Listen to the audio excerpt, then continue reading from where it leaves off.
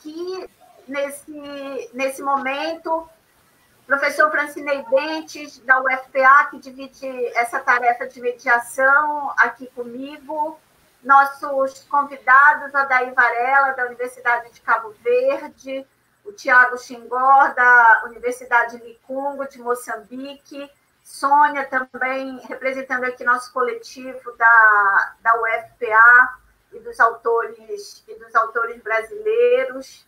Então, para a gente hoje é um momento assim, de muita alegria por compartilhar as publicações de 2 eventos que nós realizamos da Rede IntegraSul, que é uma iniciativa da UFPA e da UniCV, juntamente com vários outros colegas.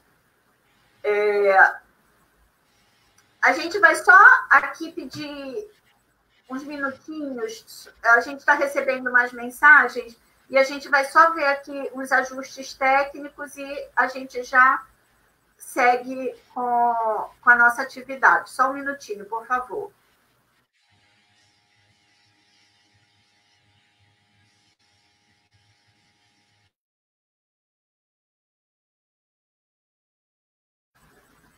Agradecer aqui o Moacir, nosso técnico do INEAF, da UFPA, que está dando todo o suporte, a Kátia, da nossa associação, da AIUP-CSH, que também pôde nos dar esse apoio e viabilizar que esse momento acontecesse. Para nós é super importante registrar muitos agradecimentos, e nós vamos fazer isso ao longo da nossa atividade, mas nesse momento a gente quer especialmente registrar 4 agradecimentos. Primeiro, agradecer ao nosso reitor Emmanuel Tourinho, ao nosso vice-reitor Gilmar Silva, que, embora esteja de licença para uma campanha de eleição para reitor aqui na UFPA, e a UFPA é resistência, porque a UFPA luta intransigentemente em defesa da democracia, a gente quer deixar nossos agradecimentos aos nossos dirigentes superiores da UFPA, que têm dado todo apoio para que a Rede IntegraSul possa fluir e articular a cooperação internacional. Agradecer à comunidade da Universidade de Cabo Verde, em nome da reitora Judite Nascimento, que o ano passado nos acolheu no campus Palmarejo, em Praia, na Ilha de Santiago, e que possibilitou, junto com o MIRA, que coordenado pelo professor Adair, o mestrado em Integração Regional Africana, nos acolheu, junto com o João Brito, diretor da ENG. Então, ficam nossos agradecimentos à comunidade acadêmica da UniCV, que possibilitou a realização de um momento muito único na história da nossa rede. Registrar os agradecimentos à comunidade acadêmica da Universidade Licungo, que é uma universidade nova em Moçambique, mas que já vem de uma longa tradição a partir da experiência da Universidade Pedagógica. A Unilicungo, em nome do magnífico reitor Boaventura Leixo, a gente também quer deixar os agradecimentos. A gente sabe que na trajetória das nossas universidades não é muito comum a gente fazer investimento na participação de eventos que é a primeira edição. E a Unilicungo demonstrou muito fortemente o seu desejo da cooperação Sul-Sul, investindo na participação muito representativa de 5 de seus pesquisadores em eventos que era a primeira edição em Cabo Verde.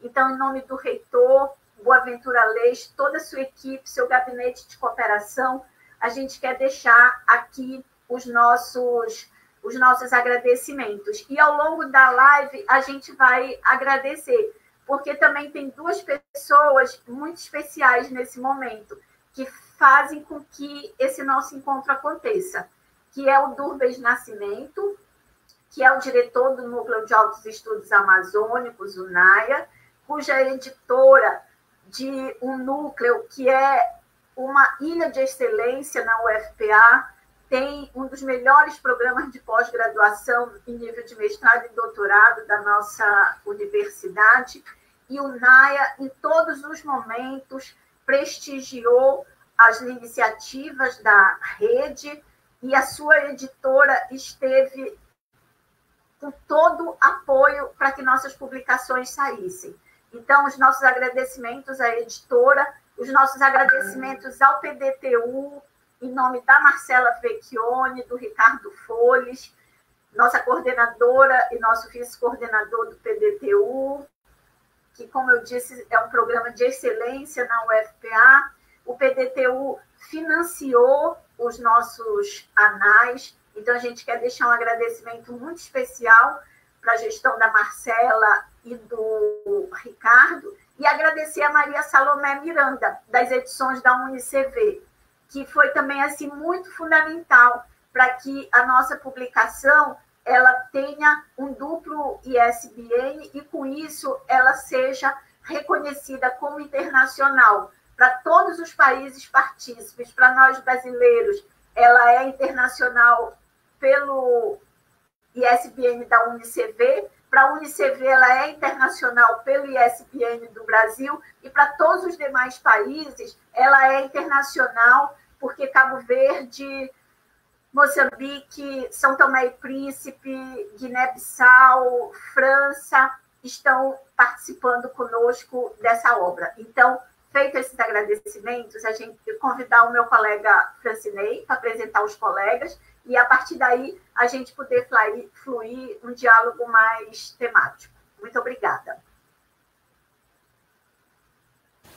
Obrigado, Jaqueline. Primeiramente, agradecer a você e ao pessoal da Rede IntegraSul pelo convite. Vou me apresentar, para quem não me conhece, eu sou o professor Francinei Bentes, eu sou professor da UFPA do campus de Abaetetuba, da Faculdade de Formação e Desenvolvimento do Campo, assim como a professora Jaqueline, né? E nessa parceria, né, que a Rede IntegraSul propiciou, eu estou, inclusive, como coautor, né, de um artigo no e-book, né, junto com o professor Afonso Nascimento e o professor Ivens Cordeiro, sobre a educação do campo, a pedagogia de alternância, as práticas pedagógicas, né, a importância delas para a educação do campo em nível superior. Então, é um prazer para mim participar dessa live, né, com os nossos colegas, o Odair Barros Varela, que eu já conheço daqui, já veio aqui no Brasil, já visitou a gente, o Thiago Tendai, que eu ainda não conheço, mas espero conhecer em breve, e a professora Sônia Fonseca também, que é daqui de Belém, né, do doutoranda do NAIA, né. Então, eu vou começar apresentando os colegas aqui. Nós teremos 3 debatedores, cada um terá o tempo de 15 minutos para fazer sua exposição, tá? A gente vai controlar o tempo aqui, quando estiver próximo a gente avisa para vocês, tá certo? O primeiro debatedor é o Odair Barros Varela, ele é professor auxiliar da Universidade de Cabo Verde, UniCV, diretor acadêmico do mestrado em Integração Regional Africana, MIRA, e do mestrado em Relações Internacionais e Diplomacia Econômica, RID, da UniCV, é presidente do Centro de Produção e Promoção de Conhecimentos, CEPROC Cabo Verde, investigador integrado do Centro de Estudos sobre África e Desenvolvimento, CESA, Portugal, e investigador associado do Conselho para o Desenvolvimento da Pesquisa em Ciências Sociais na África, CODESRIA, Senegal. Membro fundador da Academia de Ciências e Humanidades de Cabo Verde, ACHCV. Então, esse é o nosso primeiro debatedor, que vai ter os seus 15 minutos para fazer a sua intervenção, o professor Odair Barros Varela, de Cabo Verde. A nossa segunda debatedora vai ser a Sônia Maria Fonseca Gama, da UFPA. Ela é doutoranda no Programa de Pós-Graduação em Desenvolvimento Sustentável do Trópico Úmido, do Núcleo de Altos Estudos Amazônicos, o NAIA, com o tema Cooperação Internacional, Desenvolvimento e Educação Superior, análise da política institucional de internacionalização da Universidade Federal do Pará e sua correlação com o desenvolvimento na região. O mestrado dela é em Educação, com foco no Orçamento Público Federal, do Ministério da Educação, e a aplicação na educação com campo no estado do Pará, pela Universidade Federal do Pará. A especialização dela é em Planejamento e Gestão de Desenvolvimento Regional, com foco na profissionalização de adolescentes, pela Universidade Federal do Pará, e a graduação em Economia pela Universidade Federal do Pará, também em 1990. Ela ainda é consultora na área de políticas públicas, com mais de 30 anos de vivência em políticas públicas para inclusão social, ambiental, qualidade educativa, desenvolvimento sustentável e protagonismo de adolescentes no âmbito nacional e internacional, com contribuição efetiva em programas e projetos socioambientais em âmbito internacional, nacional e local, especialmente na área de educação e proteção social da população que vive em condições de maior vulnerabilidade social, econômica, educativa e cultural na Amazônia brasileira. Então, a professora Sônia será a nossa segunda debatedora, representando o FPA e o Brasil nesse debate. O terceiro debatedor será o Tiago Tendai Xingori. Ele tem doutorado em filosofia pela Universidade Pedagógica de Moçambique, em 2017, fez o estágio científico avançado Sanduíche na Universidade Federal do Ceará, no Brasil, em 2015, o mestrado dele em Educação e Ensino de Filosofia pela Universidade Pedagógica de Maputo, em 2012, graduação em Ensino de Filosofia pela Universidade Pedagógica de Moçambique, na Delegação da Beira, em 2008, e ele é professor auxiliar do curso de Filosofia. Pesquisador e coordenador do Núcleo do Centro de Estudos Moçambicanos e Etnociência, CEMEC, pesquisador do CEP na área das políticas de governação, modelos de democracia, ética, política e a política africana. E, atualmente, ele exerce as funções de diretor adjunto da Faculdade de Letras e Humanidades para a área de pós-graduação na Universidade Licungo desde 2019, em Moçambique, a Unilikungo. As suas linhas de pesquisa são filosofia prática, ética política, filosofia política e filosofia africana. Então, esse vai ser o nosso terceiro debatedor, o professor Tiago, representando Moçambique. E a gente quer agradecer aos demais participantes, tanto dos anais do evento quanto do e-book, né, de vários países da África, da América Latina, da Europa, e a gente agora passa, então, para os nossos debatedores. Professor Adair Varela, você terá 15 minutos, então, para fazer sua exposição. A gente avisa aqui você quando a gente estiver finalizando, tá bom? Tá bom. Muito obrigado, caro colega e amigo Francinet. Muito obrigado por mudar a palavra. Eu queria, antes de mais, reiterar os agradecimentos feitos pela Jacqueline. É um prazer estar aqui com vocês todos. Dar um grande abraço ao Tiago Xingori, aí na Universidade de Cungo, na Beira, na famosa cidade histórica, cidade de Quelimane, não é? É um prazer estar aqui a discutir com vocês a temática do Sul Global e também as temáticas que estão previstas tanto nos canais como no e-book. Também queria cumprimentar a professora Sônia Gama, é um gosto estar aqui nesse debate. E antes de começar a falar, acho que nem vou tomar os 10 minutos, 10, 15 minutos, dado que, como um dos organizadores das duas publicações, eu queria ouvi-los na parte de fora, dado que eu sou suspeito de ter sido um dos organizadores e conhecer muito bem os artigos que estão aí expostos. Eu queria reiterar um grandíssimo agradecimento à Jacqueline. Ela esqueceu de se referir a si própria, não é? Obviamente, como uma das organizadoras também dessas publicações e também como uma das arquitetas dessa rede IntegraSul, e também somos colegas também na Associação de Investigadores de Língua Portuguesa. Então temos estado num diálogo nos últimos anos que desembocou na criação dessa rede, a partir das várias idas e vindas dela a Cabo Verde, a Guiné e outros lugares, e também das minhas idas e vindas por Brasil e outros países. E então, creio que as redes crescem, vão surgindo, vão crescendo e vão se transformando a partir desses diálogos entre vários pontos que eu costumo dizer do Sul Global. Okay? Essa rede IntegraSul também surge a partir daí, desse cruzamento, podemos dizer entre aspas, desse Sul Global que se desemboca, que surge, melhor dizendo, a partir de uma metáfora. Eu não diria como uma metáfora de sofrimento, mas uma metáfora de união de várias atitudes, de povos e de grupos que estão reivindicando um mundo melhor, outros dizem uma globalização melhor, consoante a linguagem de cada um, mas que essencialmente põe em causa os 5 séculos, no fundo, dessa era imperial que o mundo tem estado a viver. E o contexto atual, o contexto de Covid-19, nos remete para a necessidade de questionar a continuidade de algumas dessas heranças imperiais. E um deles, como todos nós sabemos, tem sido o debate em torno do racismo e das suas simbologias, como, por exemplo, as estátuas e monumentos. Então, creio que, em boa hora, a Jacqueline e também os seus colegas no FPA que acarinharam essa iniciativa, e também os meus colegas na Universidade de Cabo Verde que participaram no primeiro encontro do IntegraSul, também participaram na publicação, participaram no Anais e também no e-book, e também um agradecimento à Associação Internacional de Portuguesa que está mesmo a patrocinar e a apoiar esta iniciativa.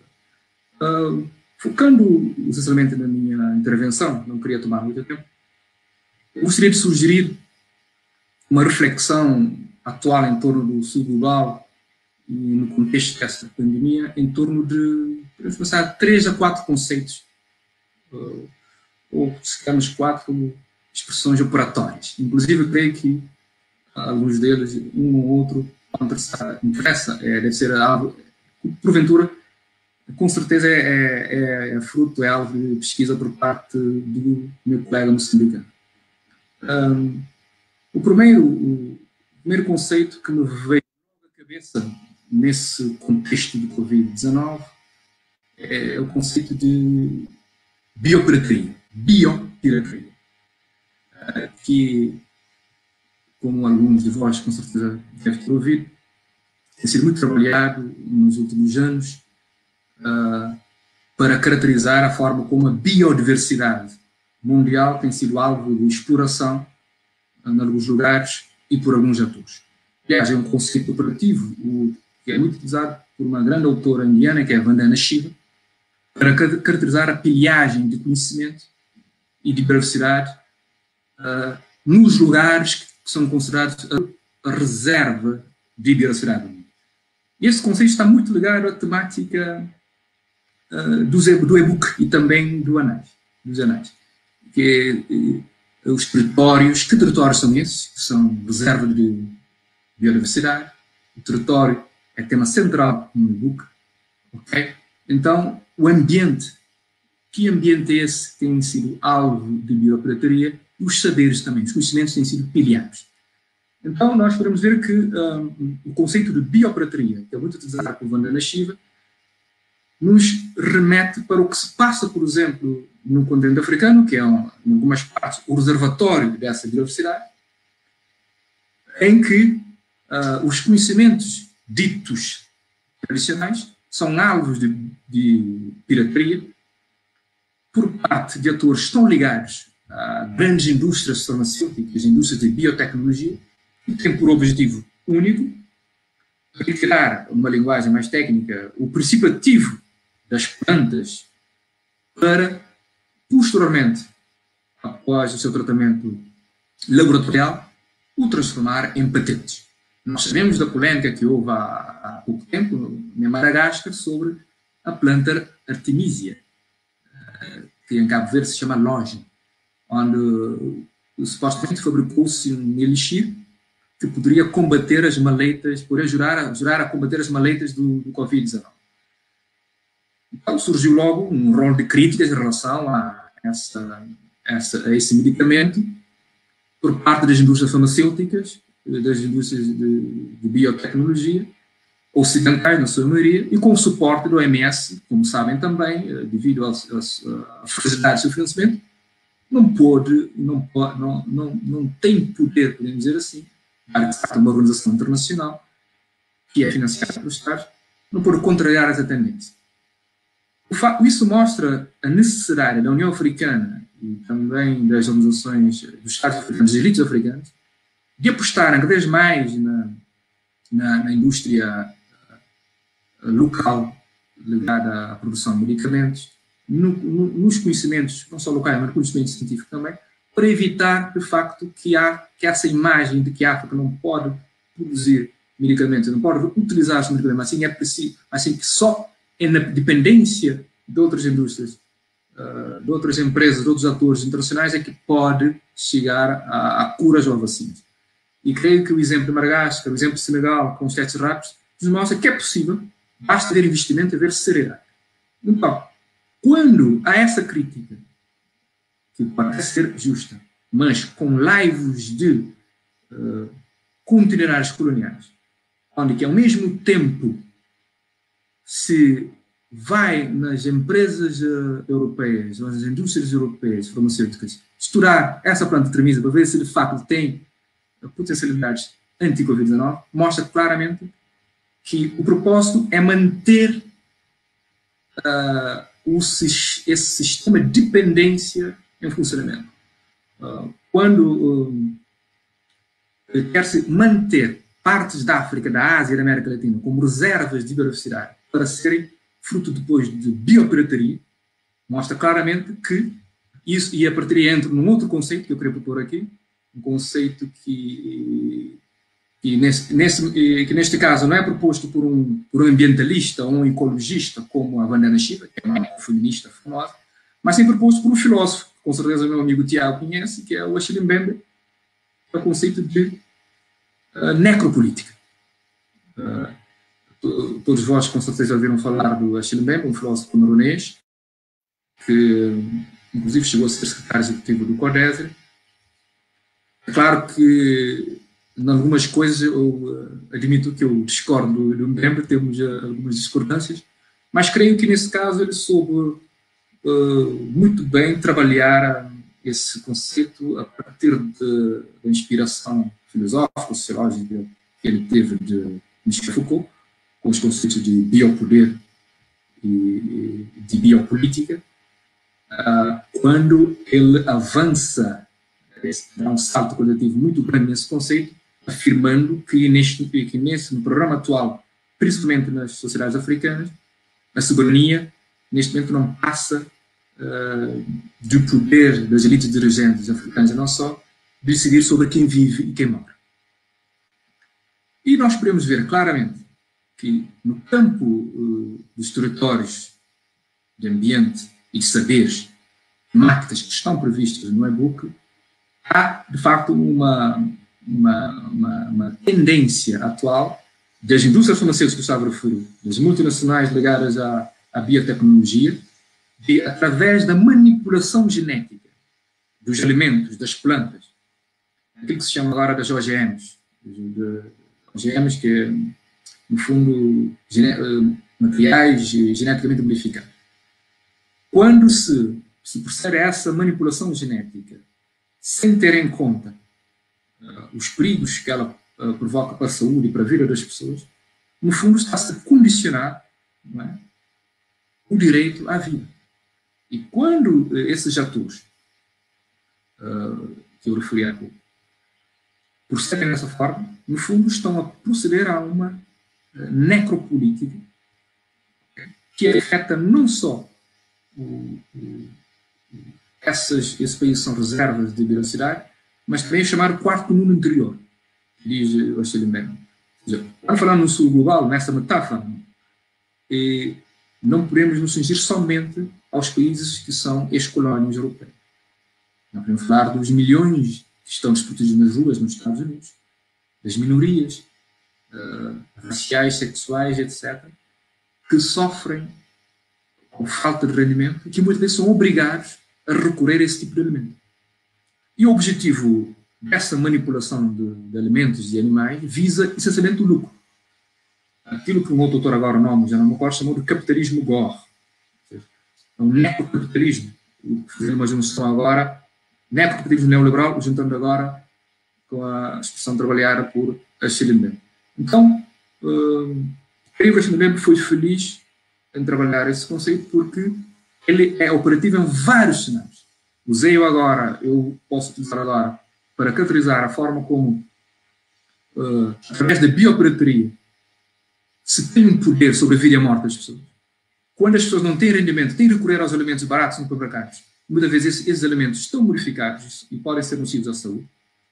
Falando, para dar exemplo de uma banana, uma laranja, ou mesmo o texto dela de biopirataria da Vandana Shiva descreve muito bem esse processo onde a manipulação mesmo do próprio leite materno, utilizando, por exemplo, um animal que é o porco, para tentar produzir o leite materno, um leite parecido com o leite materno, para pôr a venda no mercado a um preço mais barato.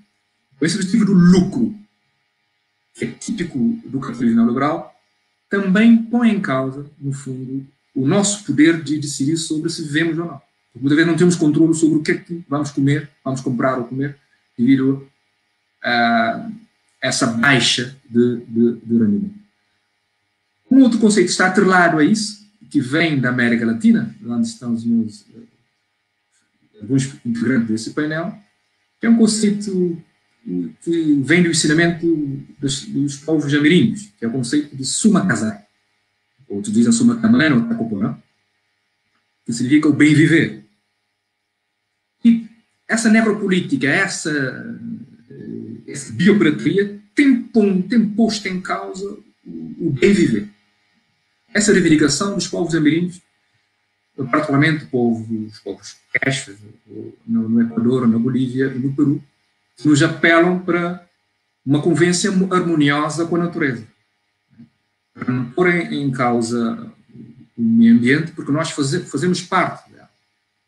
E ao questionar a exploração das suas plantas, dos seus conhecimentos, protagonizado por esses autores que eu já referi, estão a dizer que é possível uma outra cosmogonia, outra forma de olhar o mundo, outra forma de olhar a vida, uma simbiose entre o ser humano e a natureza, em que o ser humano não deve olhar para a natureza como sendo algo que seja exterior, mas que lhe seja intrínseco.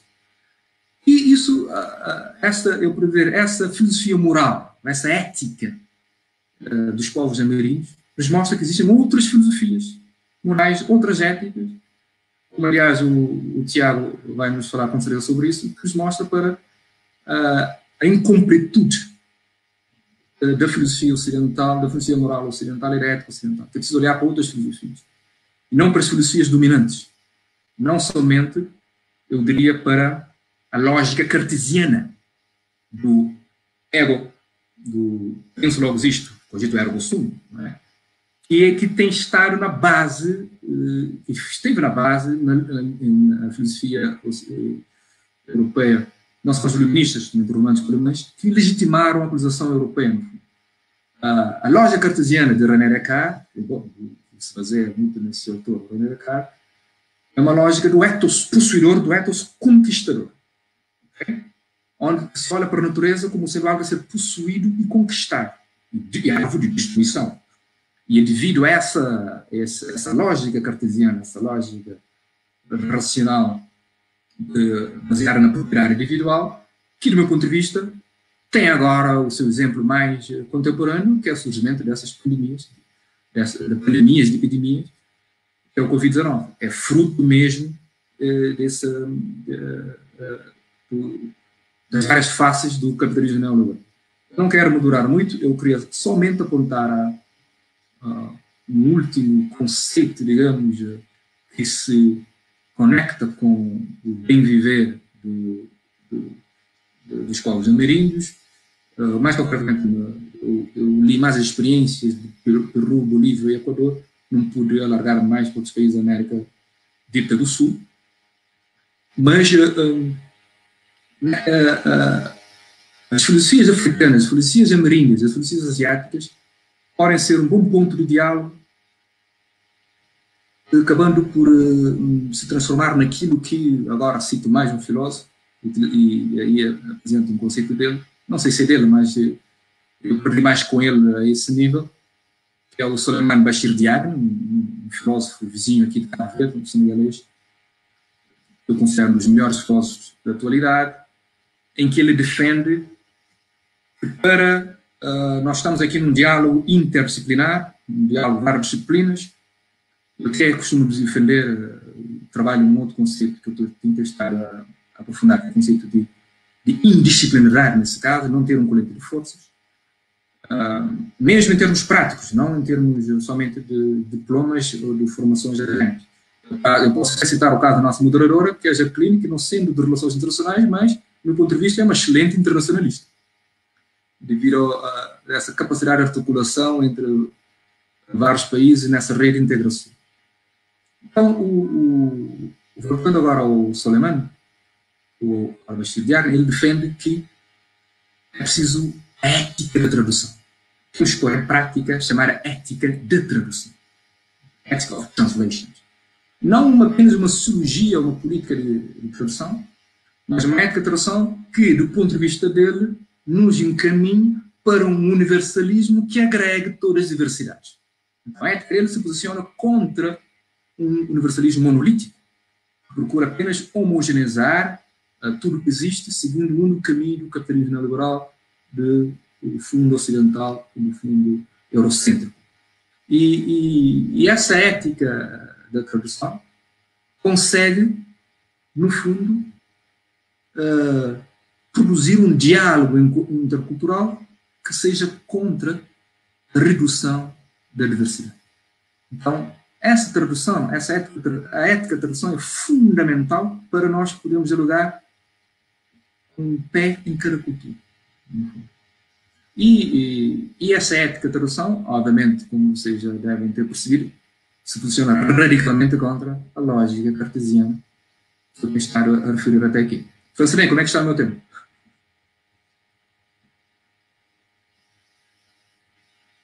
Seu tempo faltam 2 minutos. Dado que eu falo muito, convém eu ficar por aqui, não é? Porque senão eu passo 5 minutos. Eu vou dar a palavra aos meus colegas e depois podemos seguir no diálogo. Obrigado, Michel.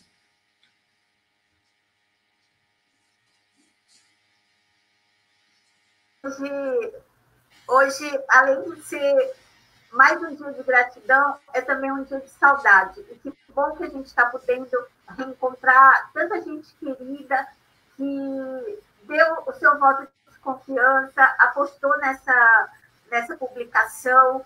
E com isso a gente quer agradecer, e eu sei que faço isso também em nome do Odaí, como representante da UNICB. A gente quer agradecer com muito carinho a Universidade da Integração da Lusofonia Afro-Brasileira, a Unilab, por meio principalmente do nosso grupo de pesquisa ED Docência, Elcimar, Sinara e Elisângela. Muito obrigada pela presença e muito obrigada pela participação e mobilização da juventude nacional e internacional da Unilab de participar da nossa publicação.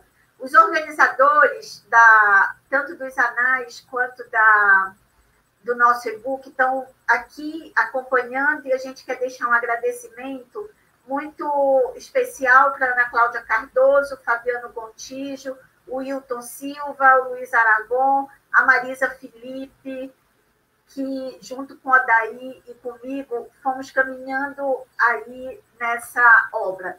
Tem um agradecimento super importante de fazer, que é para todos os autores e autoras brasileiras. Essa é uma obra autofinanciada e a gente, aqui desse canto do Sul Global, no Brasil, a gente assumiu todos os custos também dos nossos companheiros dos outros países, porque eram valores assim tão simbólicos que a gente quis evitar transferências bancárias e tudo.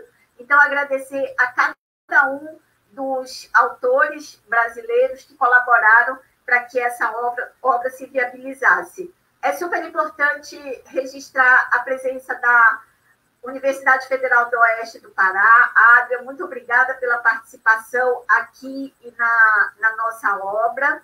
A Fernanda, da Universidade Estadual do Sul da Bahia. Fernanda, querida, a gente te abraça desse canto aqui da Amazônia. Muito obrigada pela participação de vocês na nossa obra. E tem assim, um montão de gente da Rede IntegraSul e colegas de vários países participando. E aí a gente quer deixar registrados os agradecimentos para a Vilma Brício, para o Alfiado, para a Laurinda, para o Adilson, para a Lília, com as suas filhas de Cachel, que são também colegas que estão nos acompanhando e que são autores de artigos. Antônio Braço, nosso dirigente na Unilicumbo, Isufo, Isaac, Zawa e vários outros colegas que estão aqui participando. E vários outros também da Rede IntegraSul, Solange Gaioso, Rosângela,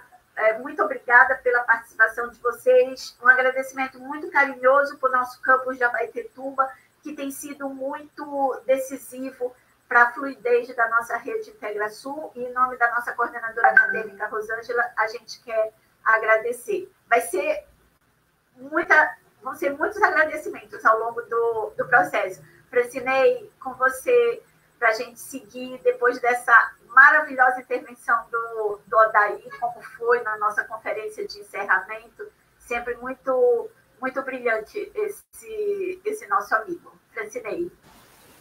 Com certeza, o Odair sempre traz umas contribuições muito interessantes, né, nesse ponto de vista da filosofia, da sociologia, né, todo esse debate sobre a biopirataria, sobre a necropolítica, né, o necrocapitalismo. Então, muita coisa interessante para a gente pensar, faz com que a gente reflita e, inclusive, pense essas nossas relações internacionais a partir desses aspectos, né? É fundamental a gente fazer esse debate. Então, eu vou passar agora para a professora Sônia Gama, tá? Da UFPA, do NAIA. Professora, então você tem 15 minutos, eu vou fazer a contagem do tempo aqui, e quando eu estiver terminando, eu aviso a você, tá bom? Para você fazer sua intervenção. Muito certo, obrigado. Tá certo. Agradecer também a todos que estão assistindo. Temos cerca de 40 pessoas nos assistindo. Para agradecer a todos vocês aí que estão nos prestigiando nesse momento. Professora, fique à vontade. Muito obrigada, Francinei, muito obrigada, Jaqueline, pelo convite. Para mim é uma honra, é um prazer enorme estar aqui. Estou muito feliz por estar com vocês, estarmos juntos nesse desafio de uma integração no Sul global, né? E esse desafio, ele acontece no momento em que as organizações, de um modo geral, elas vêm caminhando na busca, tentar encontrar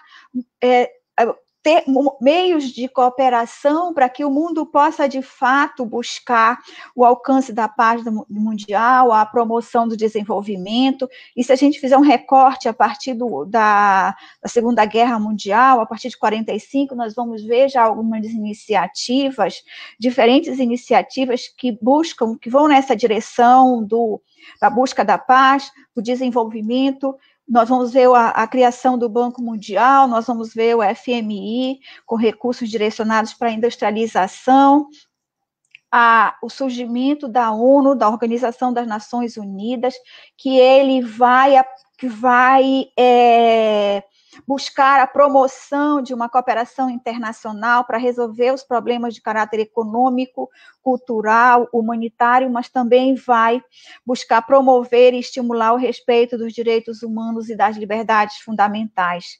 A ONU vai instituir o conceito de assistência técnica para o desenvolvimento econômico, buscando esse progresso econômico que o mundo anseia, não é?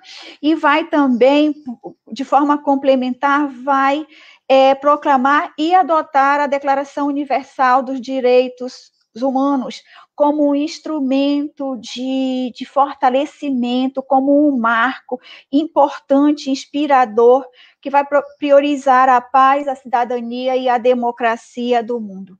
Essas organizações todas se juntam, e Aragon nos instiga, o professor Luiz Aragon, coordenador da Cátedra da Cooperação Sul-Sul para o Desenvolvimento, sediado na Universidade Federal do Pará, no momento em que ocorrem as diferentes cooperações, os diferentes modelos de cooperação, o professor Aragon nos pergunta para que e, sobretudo, para quem cooperar.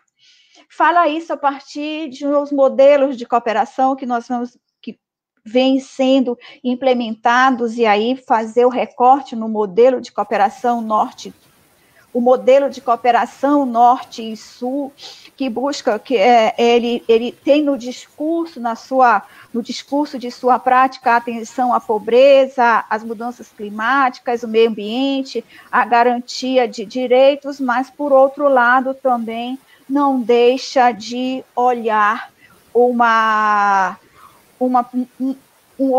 atenção mais no norte, né? E também a gente não pode desconsiderar que esse modelo de cooperação, ele remonta à época da modernidade, da modernidade, numa perspectiva desenvolvimentista, onde ainda você tinha uma perspectiva de desenvolvimento muito atrelado ao crescimento econômico, e vão ser financiados, e muitos autores, eles vão chamar a atenção quando analisam a questão, a perspectiva da cooperação norte-sul, é que essa cooperação, ela vai fazer, e aí a gente faz um recorte numa ótica mais ultraliberal, né, onde tem autores como Milton Friedman, que seria uma prática de intervenção estatal que tem tornado os pobres mais pobres, beneficiando determinadas elites governamentais dos países receptores da ajuda e reduzindo o crescimento de sua economia, diferentemente da forma que se propõe a fazer. Um segundo modelo de cooperação alternativo é a cooperação Sul-Sul, que era estabelecida, um modelo de cooperação baseado no princípio da solidariedade, da ausência de condicionalidades, da horizontalidade e do respeito à soberania. Esse modelo de cooperação Sul-Sul, ele vai criar condições de fortalecer laços políticos, econômicos, culturais, e, embora traga uma perspectiva solidária muito mais forte e horizontal, eles se mantêm também os componentes econômicos e os seus vários itens que necessários para a promoção desse desenvolvimento. E é daí em que pese os diferentes esforços do mundo inteiro na busca de uma promoção, de um desenvolvimento mais sustentável, onde a gente possa perceber a perspectiva econômica, mas também ambiental e social, a gente convida, né, para refletir sobre a importância da integração no Sul global, um pensamento do Sul para o Sul, com ferramentas capazes de conter os nossos problemas dessa região, dessa parte, desses países que integram esse Sul global.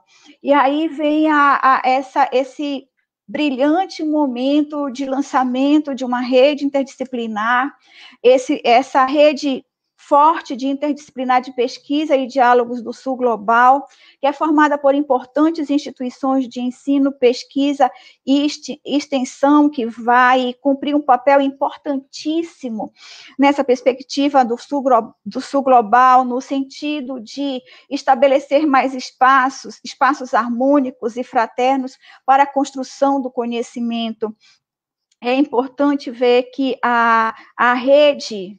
E aí a Rede Sul Global, ela já tem produções muito interessantes, produções que vão nos apresentar os desafios desse espaço, desse momento presente, né? E a Rede Integra Sul, ela conta com a Universidade Federal do Pará, em um momento em que a Universidade Federal do Pará celebra a internacionalização, o Centro de Internacionalização da Universidade Federal do Pará. E aí a gente também não pode deixar de ver outros espaços desta universidade, como a Casa África, que tem entre as suas tarefas o estudo e a divulgação de conhecimentos sobre os povos africanos, sobre os povos do Sul global, né? E aí também trazer como uma importante colaboração e que fazem com que essa rede se fortaleça, que são o Núcleo de Altos Estudos da Amazônia, um espaço de excelência de estudos interdisciplinares voltados para os problemas da Amazônia, os problemas estes que também integram o Sul global, né? E aí, a integração Sul global, ela é um chamado à ação. Ela é um chamado à ação porque ela vai... essa integração é capaz de promover conhecimentos para formar cidadãos em seus diferentes papéis que possam construir uma sociedade global com mais justiça social, onde todos possam viver com dignidade, respeitando os diálogos entre os povos. A integração sul-global, ela também deve aprimorar a qualidade do ensino, da pesquisa e da extensão, porque é um princípio importante e necessário. E não se limita em países, mas também em relações entre cultura, entre o global que se relaciona com o local. Em pleno século XXI, ainda temos muitos desafios no sul global, a exemplo da luta contra a xenofobia encontrada nesses países, um fenômeno que faz parte do cotidiano de todos os refugiados, né?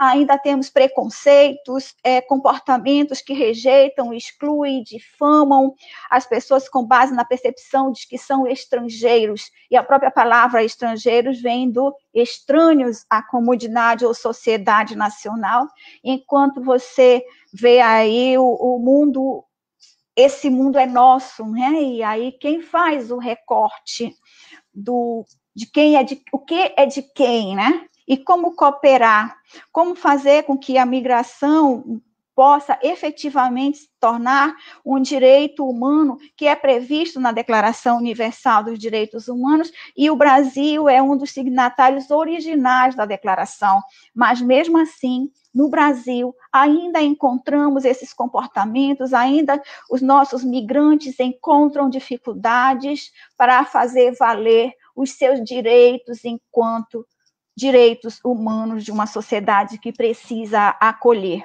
O racismo também, o racismo é presente no Brasil, ele é forte, e o que é pior, muitas vezes é oculto.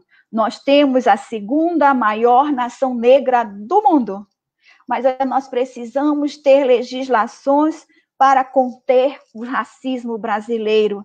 E por conta disso, lá vamos com as leis que vão definir crimes de preconceitos contra raça e cor, leis para tornar obrigatório o ensino da história e cultura afro-brasileira em todas as escolas públicas, porque é importante que, e aí tem uma frase que é muito comum, muito dita, de que ninguém nasce racista, nos tornamos racistas, né?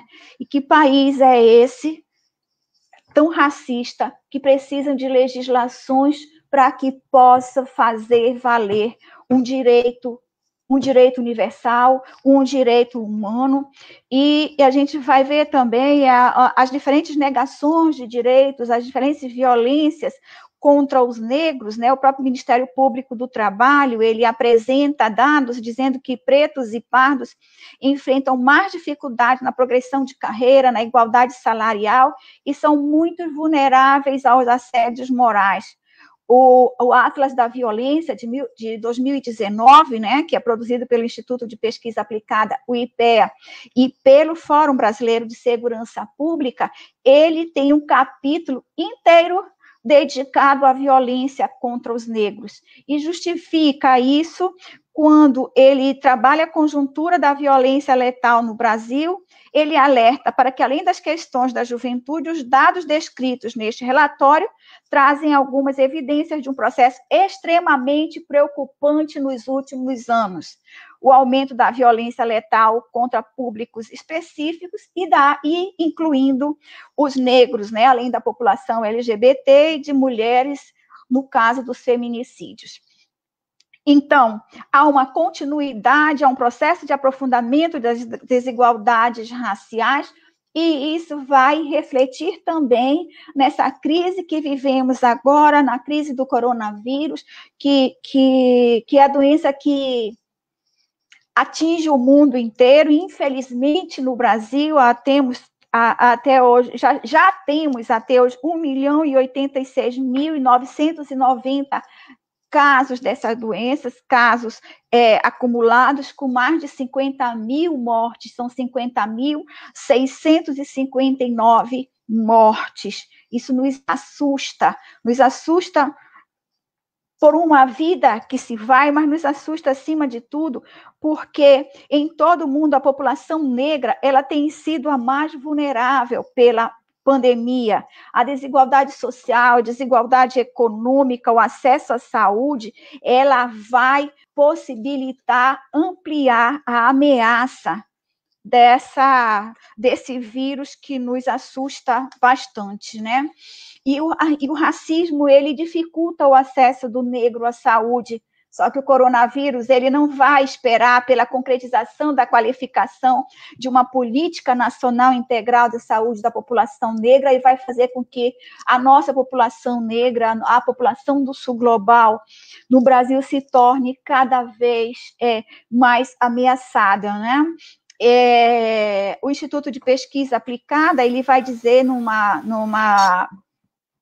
pesquisa feita em 2008, que a população negra, imagine, representava 67% dos usuários do SUS, de um SUS que nós temos ainda sérios desafios. Na Covid, nós estamos vivendo momentos, e aí, em que pese organizações como a Open Ethnology Brasil, a Transparência Internacional do Brasil, a agência pública que vem, a própria Universidade Federal do Pará, que vem analisando, que vem discutindo assuntos da Covid, a gente tem esse grupo de pessoas, esse grupo de instituições à frente, preocupadas, mas nós também temos um governo federal que ainda nos informa de forma dispersa os dados do Covid em diferentes plataformas, com diferentes formatos de publicações, com diferentes fontes variadas dessas informações. Há também diferentes formas de coleta da informação, que isso vai impactar negativamente na forma de um melhor controle, de uma melhor políticas públicas de saúde, para que a gente possa efetivamente enfrentar um desafio mundial, mas um desafio que está matando e que tem cor, infelizmente. Sônia, falta um minuto. Ai, já estou indo. Nós vamos encontrar também quase a transparência, não é? A transparência desses recursos, da utilização desses recursos.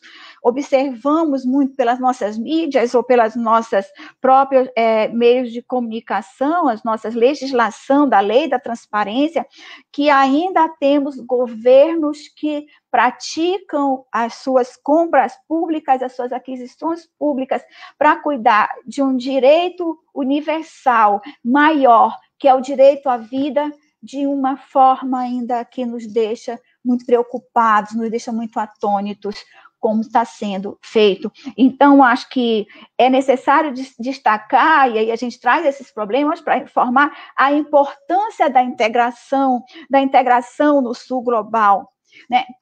De como olhar para esse sul global, ele é extremamente sensível e precisa de pessoas, e pessoas construídas, formadas por nós, né, que estamos aqui nesse sul global, que estamos discutindo, fazendo essas colocações do sul global, porque com certeza precisa, sim, de conhecimento, precisa de motivação, precisa de união, para que a gente possa efetivamente criar um mundo melhor, desenvolver um mundo melhor. Não sei se criar seria a melhor expressão, né, num momento como este, mas dizer que a integração do sul global, ela é urgente, é importante, e nós somos protagonistas dessas ações.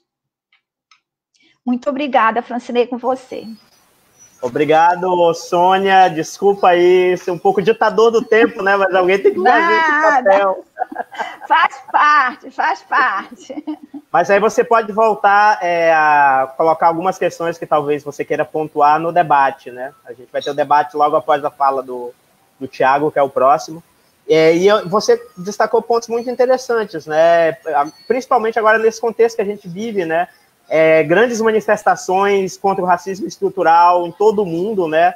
Por conta da morte do George Floyd lá nos Estados Unidos pela polícia, né? A violência policial contra os negros, né? Vários locais do mundo, os monumentos dos escravocratas, das pessoas que se aproveitaram do tráfico negreiro para enriquecer, estão sendo contestados. Então, a gente vive esse contexto de pandemia, né, também mostra a fragilidade dessas populações mais marginalizadas, né, dos negros, das mulheres, da população LGBT, né, e eu acho que é importante a gente debater isso quando a gente fala de integração, né, no sul global, debater como fazer com que essas minorias possam efetivamente participar desse processo também, de forma a garantir seus direitos, né. Então, vou passar para a professora Jaqueline, que quer fazer alguns agradecimentos, e logo depois vem o Tiago Tendai Xingori, da Universidade de Cungo, Moçambique. Tá bom, Tiago? Obrigada, Francinei. Tanta gente importante e querida acompanhando. A gente quer registrar mais agradecimentos, a Angeline, ao Anderson, nossa juventude também, da Unilab, que participou muito ativamente da organização dos nossos eventos, a Sandra, secretária municipal de educação, num dos municípios aqui na Amazônia, e também do nosso Instituto Federal do Pará, Cláudia Nepomuceno, do CID, Célia, Conceição de Maria, e tanta gente que segue acompanhando e registrando elogios tão vibrantes às contribuições já da Sônia e do Odair. Mas a gente quer também, nesse momento, há pouco a gente enfatizou todos os nossos organizadores dos anais, mas a gente quer, assim, também com muito carinho, fazer os nossos agradecimentos, mais uma vez, a Marisa, uma amiga querida, ao Ricardo Folles, um querido também, que junto com a Daí, principalmente ali nós quatro, estivemos muito juntos na organização do e-book, mas também na organização dos anais. O Ricardo, mesmo sem ser organizador dos anais, ele esteve ali conosco para e passo, dando todo o suporte, representando a editora do Naia. Então, a gente quer mais uma vez deixar os nossos agradecimentos. É importante também agradecer ao Albano, que compôs ali nossa comissão editorial e deu todo o suporte. A gente está fazendo o lançamento agora, mas vocês sabem que essa obra ela é de 2019 e a gente estava ali, Natal, Ano Novo, todo mundo se organizando nas festas, e o Albano, a Marisa, o Ricardo e eu, Odaí, Maria Salomé, as voltas com o ISBN e tudo. Então, é muito importante agradecer também o reconhecimento do trabalho do Albano, da editora do Naia. Agradecer ao Cleiso, que foi um dos nossos principais revisores, muita gratidão. Agradecer a Joyce, também do nosso campus de Abaetetuba, que esteve com a gente ali no primeiro momento para a organização dessas publicações. Então, a gente quer deixar esses agradecimentos. E Sônia falou, assim, tanto, e Odaí também, sobre coisas importantes desse momento, e a gente quer destacar que todas as vidas importam, é verdade, mas a gente precisa ser afirmativo de que vidas negras importam, mas também vidas indígenas importam, e falando desse lugar do sul global, da nossa Amazônia, que tem sido drasticamente afetada, e nossos indígenas, nossos caciques, nossas lideranças de uma vida de luta e resistência, muito drasticamente afetados. Então, a gente quer também, nesse momento, manifestar a nossa solidariedade a todas as lutas, a todas as resistências que estão em marcha, e que, como Rede IntegraSul, a gente tem se aliado a tantas bandeiras e a tantas causas pela dignidade humana que dão sentido à nossa existência e que dão sentido ao nossa luta de que outro mundo é possível, na busca desse bom viver de que o Odaí nos falou na sua reflexão. Francinei, e aí a gente passa para o Tiago. Muito obrigada. Ok, obrigado, Jaqueline. Então, é muito importante registrar todos esses agradecimentos, né? Todo mundo que participou de alguma forma ou de outra, né? Da organização e vamos dizer assim, da construção desses anais, do e-book, né? Então, acho que é muito importante agradecer todas as presenças que estão aqui conosco ao vivo, né, na live, e também quem participou que não pôde estar aqui agora nesse momento, né? Então, eu vou passar a palavra para o Tiago Xingori, tá, Tiago? Então, vou contar o tempo aqui, 15 minutos. Chegando pertinho do final, eu te aviso, tá beleza, meu amigo? Obrigado, obrigado. Vou também saudar aos colegas do painel. Boa noite, aqui já é boa noite, mas eu sei que aí vocês ainda estão por volta das 17, 18, 17 ou 15 horas por aí. Então, eu vou felicitar a todos e, em primeiro lugar, vou agradecer mesmo ao convite que nos foi formulado pela professora Jacqueline, junto à equipe da organização do e-book, do primeiro evento, do colóquio que foi realizado ano passado em Cabo Verde. Eu tive a oportunidade de ter os primeiros contactos com a professora Jacqueline mesmo ano passado, antes mesmo do evento, mas porque estava num outro evento, não pude participar no evento de Cabo Verde, mas estava lá representado pelos colegas da Universidade de Licum. Vou mesmo agradecer, porque houve muita participação dos colegas da universidade, que não vou aqui citar, o professor Alfiado, a professora Laurinda, a Albertina, a Lourdes e o colega Edu, que participaram e representaram Moçambique, em especial a nossa universidade. E vou também agradecer à universidade que conseguiu financiar a viagem de Moçambique para Cabo Verde, e os colegas viajaram muito bem, voltaram com boas recordações de Cabo Verde. Penso que o colega Odair conseguiu receber os colegas e fez daquilo que é o espírito africano de uma boa recepção. Mas indo concretamente para o nosso programa de hoje, que é o lançamento deste grande evento, que é o e-book, os anais desta conferência que nós realizamos. Eu espero que vamos ter milhares e milhares de conferências para frente. Grandes conceitos foram aqui apresentados pelos colegas Odair e pela professora Sônia. Eu não vou retomar esses conceitos, mas o mais importante, vou me cingir à pertinência deste livro, que é praticamente um livro com uma temática bastante pertinente. É um livro que apresenta uma diversidade de conteúdos, apresenta uma atualidade em termos de textos, em termos de conteúdo e em termos de pesquisas que foram feitas até chegar à organização dessa obra.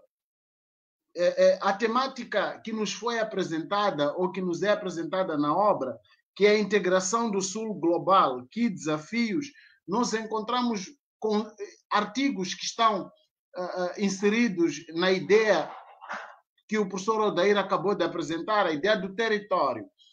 E ele foi muito claro a dizer que há muita pilhagem de recursos, há desflorestamento das grandes florestas no Brasil. Em Moçambique também vivemos a mesma situação, em que até foi decretado que tem que haver uma paragem em termos de exploração da madeira e dos outros recursos, isto porque as nossas florestas estão sendo dizimadas cada dia que passa.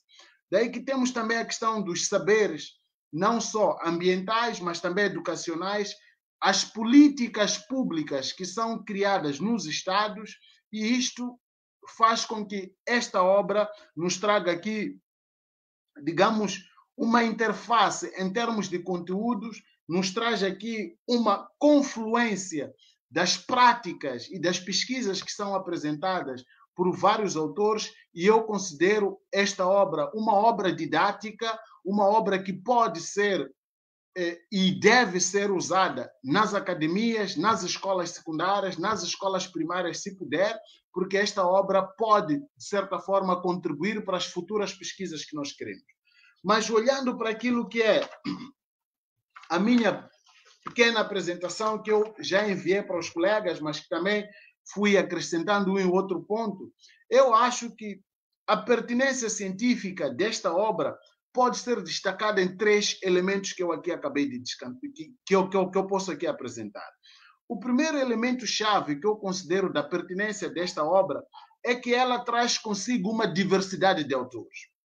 E esta ideia de uma rede da Integra Sul global, que a professora Sônia acabou de dizendo, do Sul-Sul, eu acho que vai fortificar cada vez mais as nossas instituições do ensino superior, ensino técnico profissional, visto que esta diversidade de autores traz consigo ou carrega consigo uma diversidade de temáticas.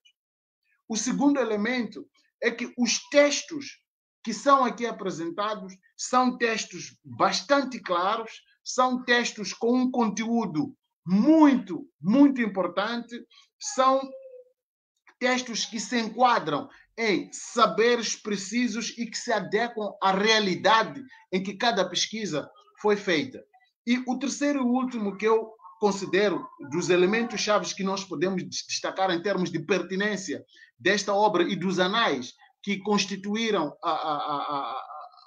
o primeiro colóquio da IntegraSul, realizado em Cabo Verde, é que a importância dos conteúdos que são apresentados traz consigo esta diversidade que eu acabei de dizer, das várias ciências que confluem e que fazem esta interdisciplinaridade dentro das várias pesquisas apresentadas, que, de certa forma, traz aqui, esta obra é um instrumento científico que visa, de facto, esta promoção desta rede IntegraSul, por um lado, mas também vou para aquele elemento que terminou a professora Sônia e o professor Edair já tinha apresentado, a ideia de que um outro mundo é possível.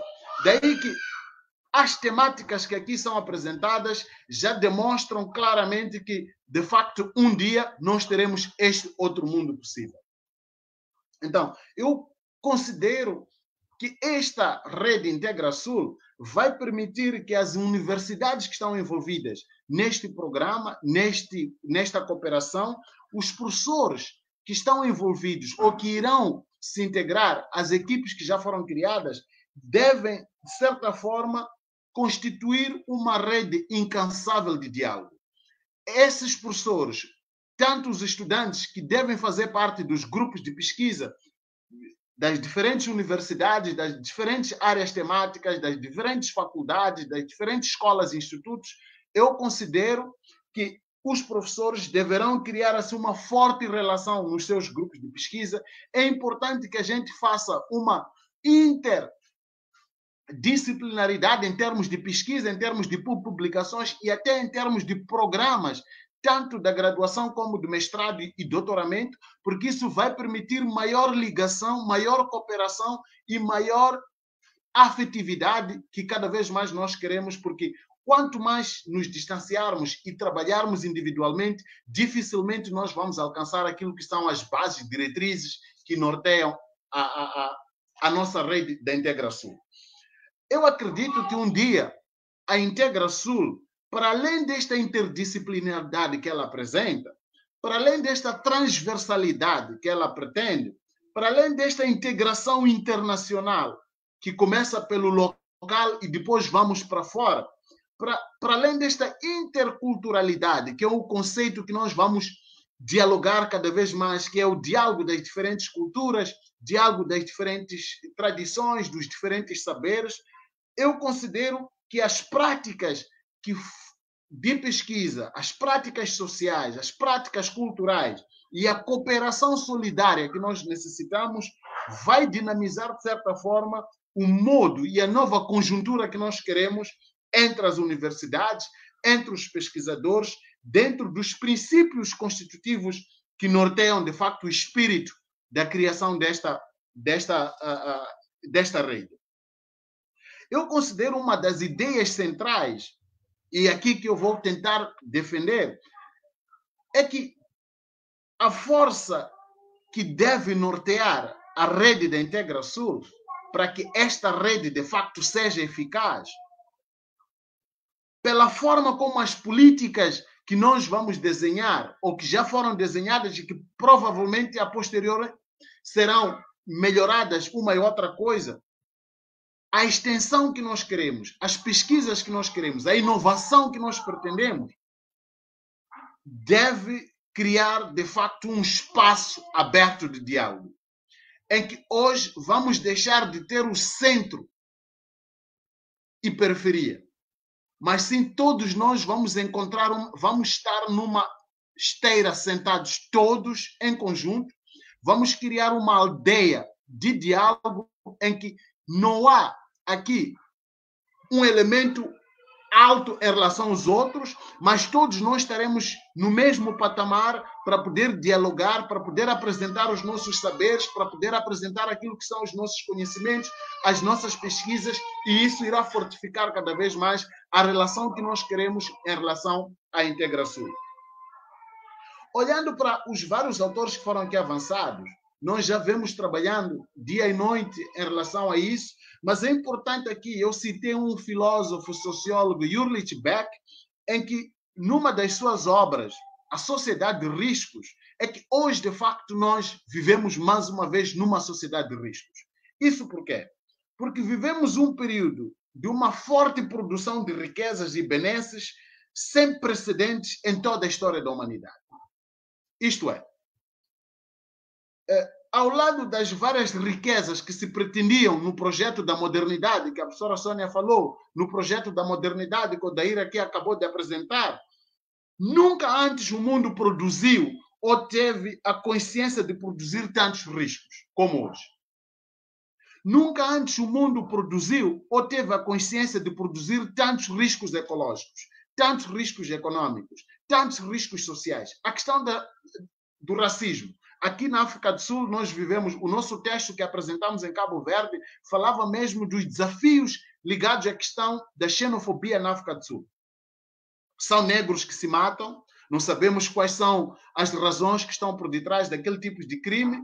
Há pouco tempo assistimos uma barbaridade nos Estados Unidos, há pouco tempo voltamos a assistir um outro negro a morrer, no Brasil já não falo, e outros países. Quer dizer que nós vivemos um cenário em que, com a Integrasul, não devemos nos limitar em lamentar ou chorar, mas sim temos que nos dedicar, todos nós, e criar uma forte rede de modelos alternativos aos problemas globais que nós enfrentamos.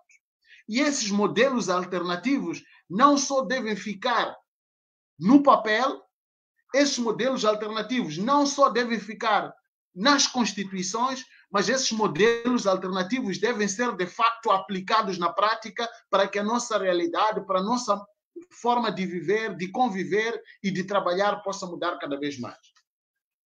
Não sei pelo tempo, se ainda tenho tempo. Nós precisamos de descolonizar, de facto, as nossas mentes em algum momento. Isso por quê? Como forma de superação... 3 minutos, viu, Tiago? Ok. Como forma de superação da dominação epistêmica que fomos alvo, um dos grandes desafios, se quisermos, da filosofia do Sul-Sul que nós estamos aqui a tentar criar, ou do Sul global que nós estamos a criar, é, de facto, trazer intervenções científicas, intervenções sociais, intervenções políticas, intervenções desta rede grande que nós estamos a criar, por forma a trazer debates, intervenções, valorizar os diferentes saberes, produzir os conhecimentos necessários, pesquisar aquilo que é a nossa realidade e, a partir da nossa realidade, tem que se tornar, de facto, um conhecimento cada vez mais aceitável, não só para a realidade onde nós estamos, mas tornar-se cada vez mais globalizante como nós queremos. Para terminar, eu considero que as novas epistemologias que vão ser criadas nesta Integrasul devem ser específicas e únicas para que possamos assegurar, de facto, aquilo que é a nossa prática local, a nossa prática regional e representarmos cada vez mais neste global, neste mundial que nós precisamos. E, mais uma vez, esta cooperação, por um lado, deve promover intercâmbios. Nós temos nos nossos documentos aquilo que se chama de mobilidade entre professores, mobilidade entre pesquisadores, mobilidade entre estudantes, mas que na realidade não existe, não estamos a concretizar. Nós precisamos, de facto, fazer estes intercâmbios de experiências, precisamos de fazer esta mobilidade para criar projetos de pesquisa comuns, programas de ensino, pesquisa e extensão comuns. Isso permitirá que a base da nossa solidariedade, da ajuda mútua que nós pretendemos dentro dos países envolvidos nesta rede, irão trazer soluções, não só para as questões econômicas, políticas, sociais, científicas, ambientais, mas vão nos trazer aqui uma qualidade de vida das populações em que estão envolvidas as pesquisas, as universidades, os países em que os pesquisadores que estarão dentro desse trabalho vão criar. E muito obrigado pela vossa atenção. Mais uma vez vou agradecer esta oportunidade que nos foi dada e estou aberto para algumas questões e muito obrigado. Ok, obrigado. Então, Thiago, muito boas suas colocações, né? Muito pertinentes para a gente pensar essa questão da integração Sul-Sul, né? Esse debate é fundamental. Eu gostei que tu citou aí um autor que eu gosto bastante. A gente trabalha aqui no contexto amazônico com a sociedade de risco também, que é o Ulrich Beck, né? Então, é um filósofo alemão aí que tem um grande debate interessante sobre essa modernidade de risco, né? E a gente tenta trabalhar aqui na Amazônia com os grandes projetos, né, governamentais que acabam afetando as populações ribeirinhas, pescadores, indígenas, quilombolas, né? As populações mais fragilizadas são muito afetadas, trazidas por esse risco, né, da modernidade, da capitalista que a gente tem atualmente, né? Então, tem algumas contribuições aqui, não sei se a Jaque quer falar alguma coisa. A gente pode abrir para o debate, então, né? Tem algumas contribuições de alguns comentaristas. Vou ler alguns comentários aqui, tá bom? A Solange Gaioso Costa, excelentes reflexões e propostas para a rede, professora Solange, também da Rede IntegraSul, muito obrigado. A Anitta Yas Machava, parabéns pela profundidade na análise dos temas abordados no livro. O Alfiado Victorino, parabéns pela fala, professor Thiago Xingori, força. A Marcela Vecchione, eu acho que isso aí esse comentário a gente pode pedir para que vocês três possam fazer um debate, né? Responder rapidamente esse comentário que é da professora Marcela Vecchione. Em momentos de desafio ao multilateralismo, no sentido de multiplicidade de povos e estados em condições aparentemente equitativas de reunião para evitar o fim da humanidade, como podemos pensar politicamente e teoricamente um outro anúncio de multilateralismo para realmente defender os povos e não as estruturas, por vezes estatais, que os oprimem? Ok? A Elisângela André também marca presença. Quem mais? O Antônio Domingos Braço, né? O Alexandrino Moreira Lopes parabenizando, a Conceição de Maria também parabenizando. O Anderson Assis, da Rede IntegraSul, também parabenizando, Matheus Costa, o Alessandro Tavares, meu irmão, está com minha família lá em Curionópolis, no sul do Pará, acompanhando aí a nossa live. Valeu, Alessandro. O Anderson Assis, tinha mais um comentário aqui, se eu não me engano, era da professora Marcela Vecchione também, que eu gostaria que vocês comentassem, os debatedores. Mas é importante notar os problemas que esses mecanismos representaram para a reprodução das desigualdades e em processos de captura próprios do neoliberalismo. É preciso notar que, em face avançada, militarizada e financiarizada do neoliberalismo, o multilateralismo fundado na democracia liberal está plenamente ameaçado. Um modelo de cooperação sul-sul desde os povos pode representar uma disputa de futuro importante para espaços de bem viver comuns, desracializados e anticoloniais. Então, eu gostaria que vocês fizessem comentários sobre esses elementos trazidos aí por nossos espectadores. Quem quiser fazer perguntas, questões, pode ir lá na nossa, né, live no Facebook e fazer as colocações que os nossos colegas irão responder. Tem mais uma ali, olha, da Conceição de Maria. Não sei se tu pode destacar, Moacir. Excelentes as colocações do Thiago sobre a necessidade de intercâmbio de experiências e pesquisas, mas como integrar essas interdisciplinaridades nas escolas públicas? Tá aí mais uma pergunta para o Thiago. Não sei se vocês estão acompanhando aí. Então, a gente começa pela ordem, né, que iniciamos o debate. Primeiro o professor Odair, depois a Sônia, e por último a gente fecha com o Thiago. Ok. Ok. Muito obrigado, Franciné. Espero que estejam a ouvir bem. Fico muito feliz pelos comentários. Estou a ver aqui essa live, como agora se diz, não é? está a ter muito sucesso. Então, como diria o Humphrey Bogart, naquele famoso livro não, filme, Casablanca, espero que seja o início de uma bela amizade. Né? No final do filme ele dizia isso, né? Em Casablanca, Marrocos.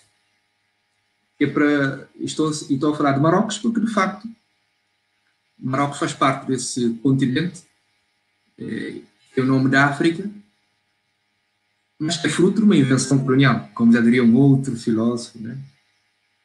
Valentim Mudimbe, esse famoso livro A Invenção da África e também A Ideia da África. Tudo isso para debater um pouco com a questão levantada por uma das nossas companheiras sobre se é possível um outro mundo, como nós estamos aqui a falar de forma simbólica e metafórica, um outro mundo, tendo em conta, apesar do predomínio de estruturas estatais eurocêntricas no mundo. Nós vivemos num mundo onde um sistema que é profundamente estatocêntrico, ou seja, o Estado é o principal, mas que modelo estatal aqui que é dominante? O modelo europeu, o modelo do Estado-nação europeu, ou costumamos dizer ocidental. Aliás, eu aqui na nossa região da África Ocidental, no seio da comunidade económica dos Estados da África Ocidental, a discussão é sobre como passarmos de uma comunidade de Estados para uma comunidade de povos. Por que é essa discussão? Porque justamente nós temos Estados que, passa a expressão, muitas vezes não passam de resíduos burocráticos estatais herdados da colonização. Até muitas vezes, em jeito de pouco brincanização, digo que muitas vezes não temos Estados no sentido, à luz do conceito de Estado-nação ocidental, que é temos objetos valores não identificados. Então, qual é o problema? Numa obra recente que eu publiquei há 2 anos, eu digo que o problema passa pelo reconhecimento, um dos problemas passa pelo reconhecimento de outras estatalidades, ou estatalidades outros tipos de configurações estatais que existem em lugares como aqui na África Ocidental. Por exemplo, uma das razões para as sucessivas crises políticas da Guiné-Bissau, país vizinho, tem a ver com o facto de o que se tem implantado nesse território é um aparato burocrático herdado da colonização que é fruto da disputa entre a elite política e militar. E não se respeita a outras configurações estatais, ou seja, outras formas de organização política, económica e social que estão para além do Estado. Então, qual seria a solução? Seria um diálogo para ver como refundar a organização política e social e económica da Guiné-Bissau. Como agregar outras configurações estatais, essas outras estatalidades. Que tipo de Estado é que podemos ter na Guiné-Bissau? É um Estado multinacional? É um Estado federal? Então, esse debate é fundamental. Será necessário rever as fronteiras, que é um tabu que até ainda não foi bem debatido no pós-independências em África. Na América Latina, as populações ameríndias, as suas cosmovisões, as suas formas de organização política, económica, social, religiosa se adequam ao modelo do Estado-nação vigente nesse país da América Latina, no Brasil. A Constituição de 88 foi um grande passo, mas será suficiente? Vamos a ver as dificuldades. Então, de facto, aquilo que eu defendo é que não é possível haver a integração do Sul global, não é? Sem ver também uma integração política. Com que estrutura estamos a lidar? Inclusive, quando falamos de outros atores, além do Estado, das organizações internacionais, das ONGs, de redes como a nossa, que também são protagonistas dos movimentos internacionais, temos que ver que configurações eles têm, e que poder eles têm, e se eles podem ser alternativas ou complemento ao ator Estado. Isso é uma discussão muito profunda, nós vivemos ainda numa sociedade internacional que é anárquica, quando não existe um governo mundial. Muitos querem apelidar esse sistema de comunidade, falando em comunidade internacional, mas nós sabemos que isso não existe. É um discurso jornalístico, é um discurso político, quando se fala a comunidade internacional. Não existe. Pode-se, no máximo, falar num sistema, numa sociedade que é anárquica, porque não há um governo mundial. Então, é ver quem é que tem mais poder. No final das contas, nós vamos ver que ainda o Estado de configuração ocidental, o Estado-nação, ainda é dominante. Então, que poder têm outros movimentos? Tem um grande poder, que muitas vezes não é aproveitado, que é o poder de influência. Essa rede, que faz parte dos movimentos, podemos dizer, transnacionais, essa nossa rede, que é íngreme, ainda está a caminhar, faz parte desse tipo de ator internacional, os movimentos transnacionais.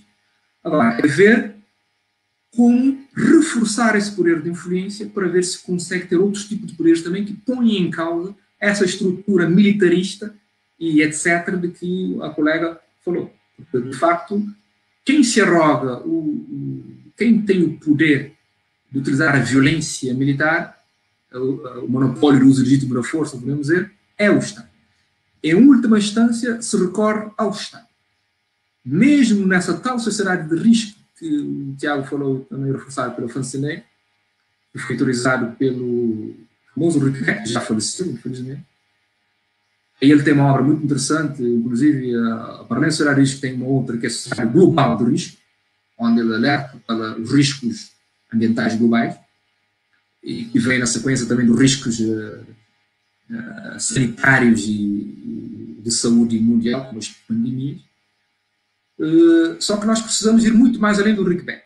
O Rick Beck, por exemplo, ele refere na obra, numa das suas obras, que os riscos são indistintos, que afetam a todos, mas nós sabemos que isso não corresponde à verdade. O Rick Beck, essa é uma das falhas, do meu ponto de vista, na sua visão, é que ele considera que todos vamos sofrer da mesma forma com o risco. Nós sabemos que não. Nós estamos justamente a dizer que há grupos minoritários que sofrem muito mais com esses riscos globais. Então, do meu ponto de vista, no que toca a esse comentário feito pela uma colega que lá assinou, há diversos combates em simultâneo. O primeiro combate, um dos combates, melhor dizendo, é reconhecer a existência de outras estatalidades, uma diversidade de estatalidades. Um processo duro, um processo lento, vai demorar muito tempo para que se interiorize a necessidade de reconhecer outras formas de organização política, económica e social, além ou fora do Estado. A solução pode ser nesse território, não pode ser no outro território. É preciso rever até a noção do território, a re-territorialização. Okay? O Brasil não termina no Brasil, onde é que começa o Brasil, e etc. Nessa visão transfronteiriça, no fundo. Nós temos que ver que as fronteiras são simbólicas, não é? As fronteiras constituem instrumentos que representam representações mentais. Por exemplo, as elites que conseguiram a independência em determinado lugar e dominam um determinado território, eles fixam as fronteiras de acordo com a sua visão de relação de poder. Então, obviamente, vão fazer tudo para preservar essa desigualdade. A mesma coisa com o racismo. Quando se vai discutir e debater o racismo, temos que ver o racismo como uma das manifestações últimas, o racismo institucional, manifestações últimas dessa desigualdade de poder que existe. Então, constitui uma resistência de quem beneficia com essa desigualdade de poder. Então não podemos perder o longue durée, como diria o historiador Fernando Brodel. Então, é diversidade em termos políticos, diversidade em termos judiciais, o pluralismo jurídico. Uma sociedade é politicamente plural, é juridicamente plural, é culturalmente plural, etc, etc, etc. Então, a pluralidade como conector é fundamental para termos essas ações. Ações e ações. Termino por aqui. Ok, obrigado, Adair, então, por suas belas contribuições, né? Inclusive listando, por exemplo, certas, vamos dizer assim, limitações de alguns elementos teóricos que a gente precisa ir além, né? A gente precisa discutir como diversos grupos estão sendo afetados aí por essa sociedade global do risco, né? Então, vou passar para a professora Sônia Gama, tá, professora? A gente está dando um tempo aí de 8 minutos para as respostas, tá? Aí, chegando aí mais próximo ao final, eu aviso você. Professora Marcela, é um prazer interagir com a senhora, até porque, como minha orientadora, me completa, me orienta, me inspira. na minha perspectiva, como podemos pensar politicamente, teoricamente, no anúncio de um novo multilateralismo para realmente defender os povos, eu acho que é provendo informação, provendo conhecimento, por meio de pesquisas, e aí trabalhar dentro da universidade a indissociabilidade do ensino, pesquisa e extensão, né, para que, de fato, com esses 3 componentes da universidade, possa melhor qualificar os povos, promover uma educação com mais qualidade, para que eles possam tornar-se protagonistas de seus direitos, para que possam chegar e que a gente possa alcançar um mundo melhor, certamente perpassa pela qualificação para o protagonismo. Não acredito em só fazer para o outro, mas fazer com o outro. E para fazer com o outro, é necessário esse momento de qualificação, de respeito, de oportunizá-los nos diferentes diálogos. Eu acho que perpassa por esse fortalecimento. E, acima de tudo, pelo conhecimento. Porque hoje em dia nós encontramos muitos movimentos sociais, muitas pessoas que buscam que tem uma boa intenção em fazer o seu melhor, mas precisa que essa boa intenção esteja acompanhada de uma boa qualificação.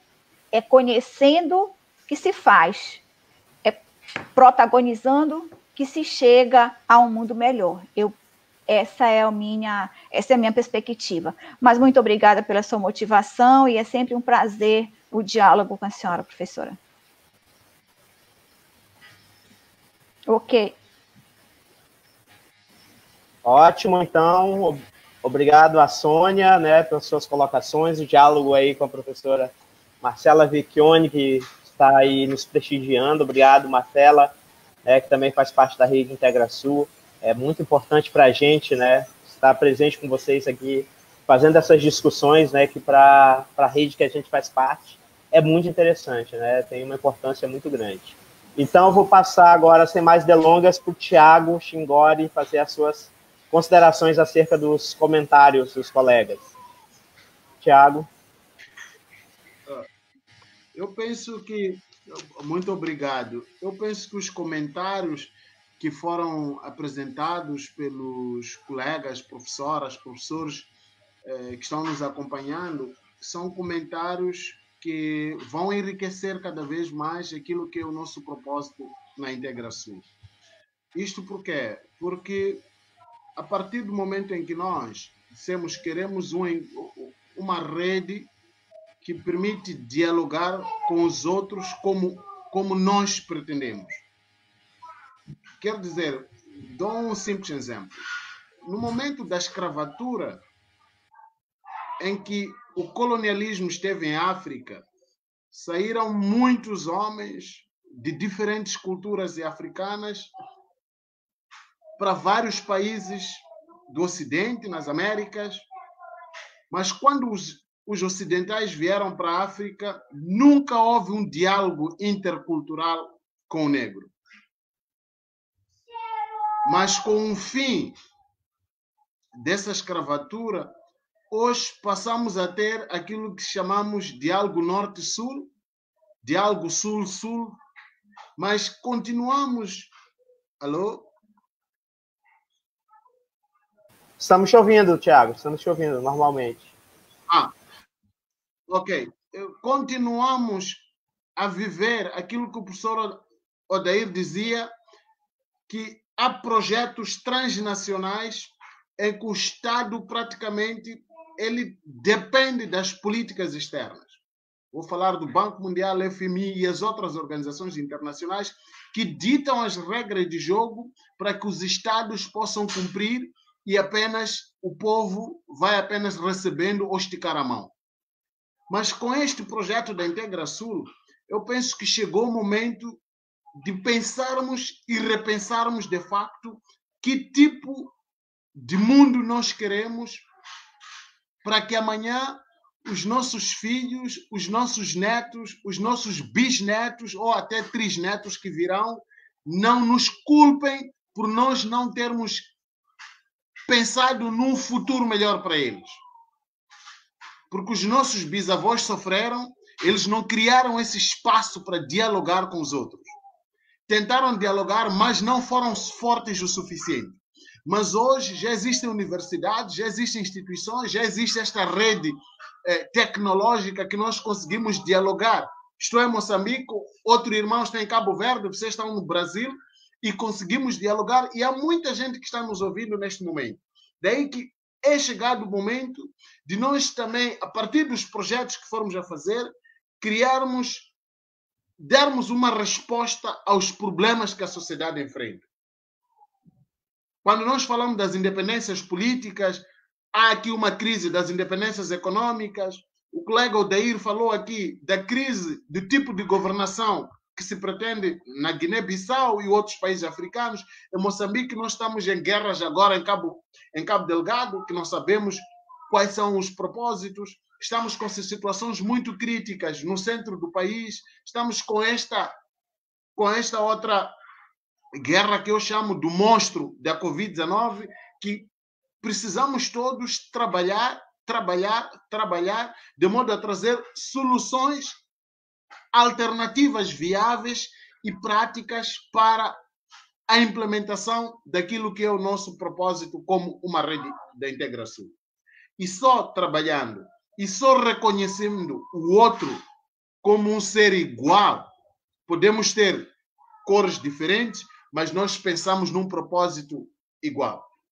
Nós podemos ter regiões diferentes, mas aquilo que é o nosso propósito como uma sociedade, como acadêmicos, como universidade, como Estado, é ver, de facto, uma sociedade cada vez mais saudável, uma sociedade cada vez mais livre, uma sociedade que possa também viver sem desigualdades. Vai ser difícil nós encontrarmos sociedades iguais, mas pelo menos temos que minimizar esse fluxo em que os ricos se tornam cada vez mais ricos e os pobres se tornam cada vez mais pobres. Então, eu penso que este que seria o grande desafio. Há uma questão que fala a professora Conceição, fala de como integrar a esta interdisciplinaridade nas escolas. Eu penso que deve começar mesmo pelos planos curriculares das escolas. Porque esta interdisciplinaridade permite que das ciências sociais possa também, contribuir para as ciências naturais. E os das ciências naturais possam também contribuir com o saber para as ciências sociais. E assim as ciências vão confluindo-se, vão criar esta interface, vão criar este relacionamento desde cedo, para que quando chegarem nas instituições um pouco mais abertas do ensino superior, possam criar programas cada vez mais interdisciplinares. Mas isso tem que começar mesmo pelas políticas educativas, isso tem que começar mesmo pela maneira como nós desenhamos. Não esperemos que sejam políticas externas a virem ser implementadas, mas temos que ser nós a pensar aquilo que nós queremos e para que é que nós queremos ensinar e por que é que nós queremos ensinar assim. Eu penso que a minha opinião tem que ser que temos que pensar nós, que tipo de educação nós queremos, que tipo de sociedade nós queremos, que tipo de economia nós queremos, para podermos dialogar com os demais sem nenhuma indiferença, sem este receio para com os demais. Muito obrigado pela minha pequena apresentação aqui. Tiago, muito emocionante te ouvir assim, tão vibrante. Odair, a Sônia, as contribuições, as reflexões teóricas super importantes. E agora ouvir o Tiago, né, nessa toada tão ativista, nessa toada tão militante, tão importante nesses tempos sombrios que a gente tem vivido, traz uma energia, traz uma conectividade entre nós que nos anima muito a seguir na caminhada. A gente vai vendo aqui os comentários dos colegas, né? Depois chegou mais o Alessandro, o Matheus, o Alexandrino, o Albino, e tantos colegas comentando que depois a gente também vai fazer uma proposta para o grupo de autores. Hoje a gente pode considerar que foi só a primeira, a gente pode juntar outros autores e fazer outros momentos. Há muitos eixos temáticos, há muitas conexões nas nossas publicações que liga para a gente fazer muitos outros debates. E a gente vai vendo como é importante. O Tamilton, da Guiné-Bissau, e que é mestrando no Esquité, em Portugal, também está aqui com a gente. Então, a gente vai vendo toda uma juventude na diáspora, né, distante dos seus países, em busca dessa formação. A gente vê um Sul global, essa geopolítica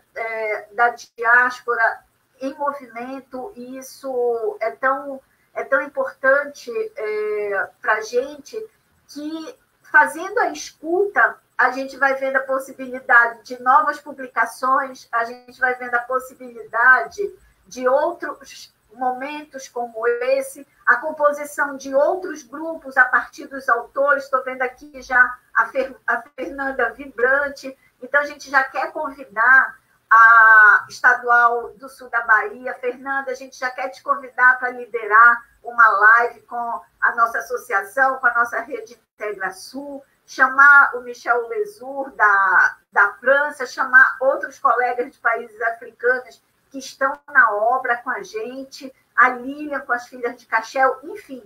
A gente vai vendo que tem muitas possibilidades, né? A Ana Cláudia Cardoso aqui também, que é uma das organizadoras dos Anais e autora de artigo no e-book, também vibrante com essa ideia.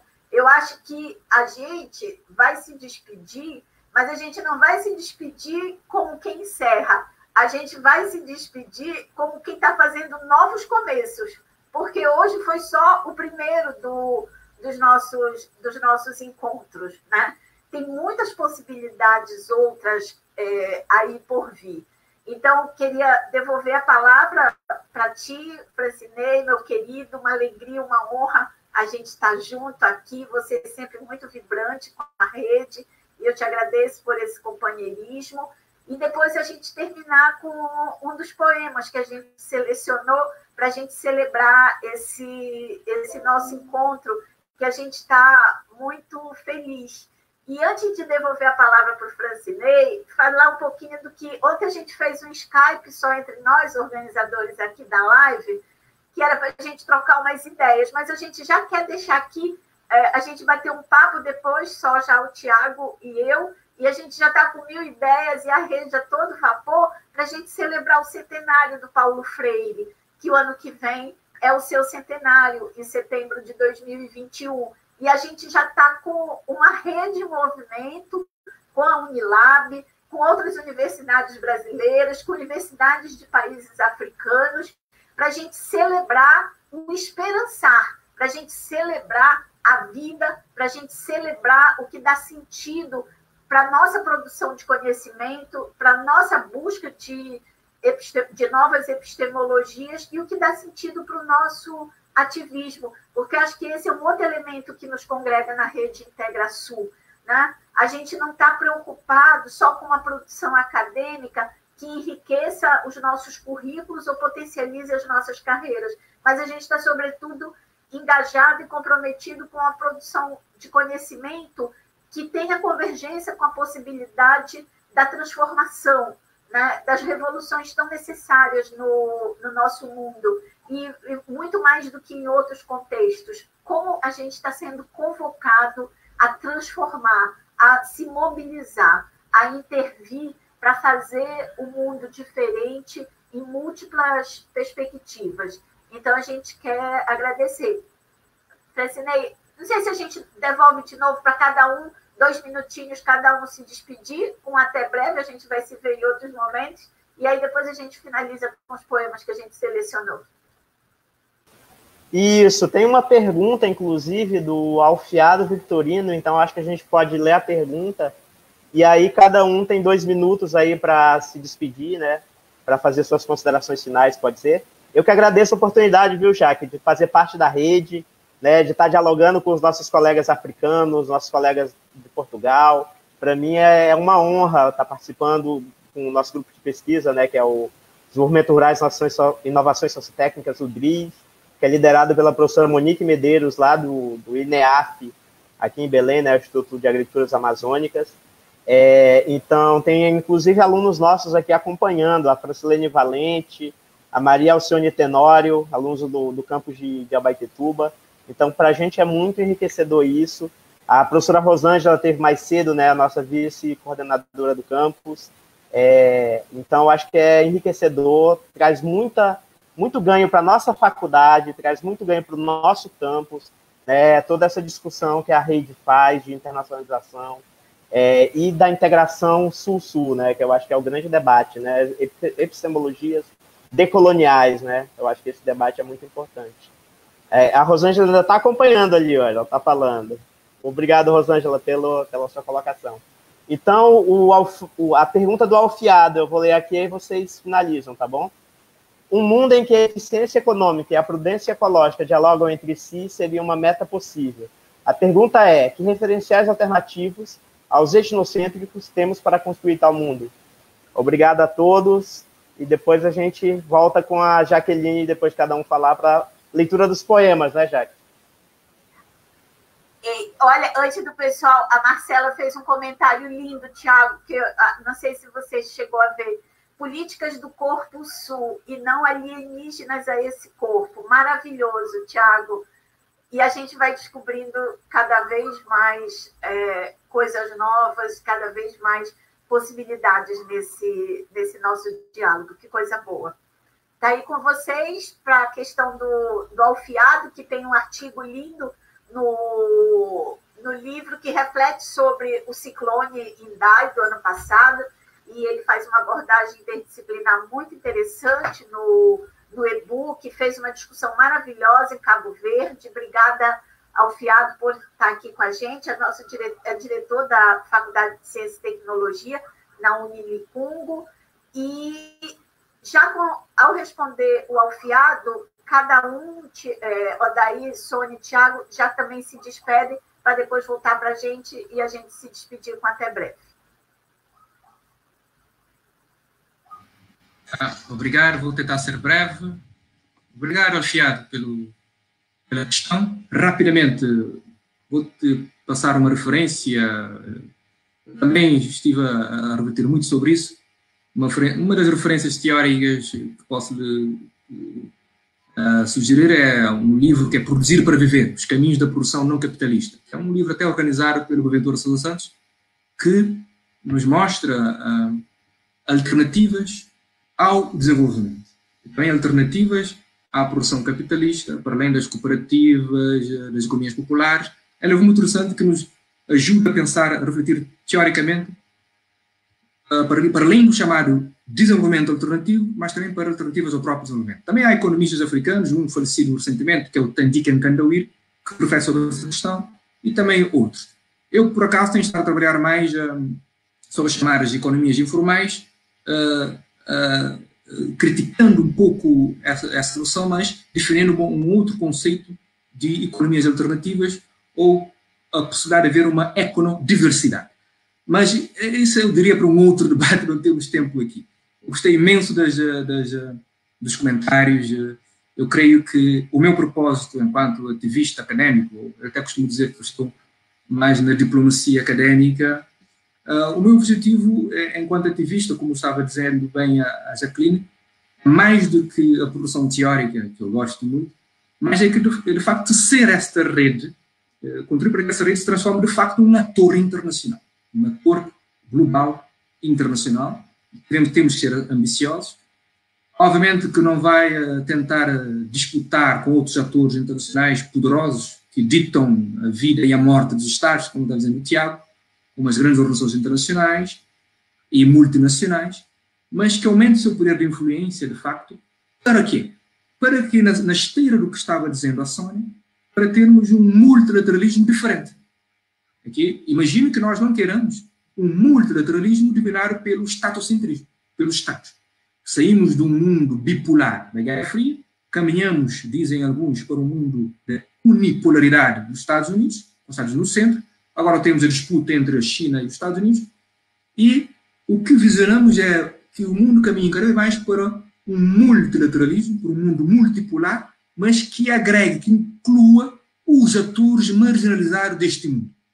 Então, aquilo que eu desejo, que eu lanço o desafio a todos e que continuemos esse diálogo, online ou não, quando for possível, é que as temáticas que nós trazemos para esse livro, que os organizadores trouxeram a incluir, como de políticas públicas, educação, saberes, ambiente, territórios, contribuem para que esse ativismo aumente, para que transformemos, de facto, as universidades em campos de luta para transformação, para realmente transformarmos as universidades em pluriversidades no sentido real do termo.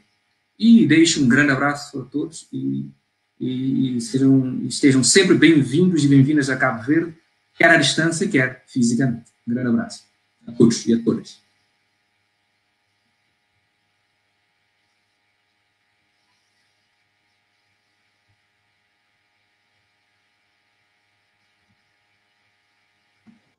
Passa direto. Ok, vamos lá. Eu penso que, respondendo à pergunta do nosso colega que eu estava procurando aqui, acabou me perdendo mais. Me parece que o caminho é trabalhar também a extensão da universidade, no fortalecimento do cooperativismo, a economia criativa, o desenvolvimento da economia criativa, da economia circular, para que a gente possa fazer realmente com que essa eficiência econômica dialogue diretamente com o cuidado ao meio ambiente, promovendo um país mais sustentável. Eu penso que perpassa por essa relação de uma economia mais sustentável, de uma economia criativa, de uma economia circular, fortalecendo, como diz o Odair, incluindo os atores marginalizados, porque tem saberes, tem conhecimento, conhecimentos locais que precisam ser ouvidos, que precisam ser aproveitados na construção desse mundo que todo mundo espera, desse mundo melhor. Fica aqui mais uma vez a minha gratidão pelo convite, a minha gratidão à professora Marcela, com que eu me orgulho bastante de ter construído junto com ela esse artigo que está aí no e-book. Eu fico feliz e emocionada quando eu vejo o nosso colega Tiago, nas suas intervenções finais, aí respondendo com muito entusiasmo, com muito amor, e eu acho que é esse entusiasmo que nos move e que me dá a certeza de que o mundo melhor é possível a partir de uma integração do Sul Global.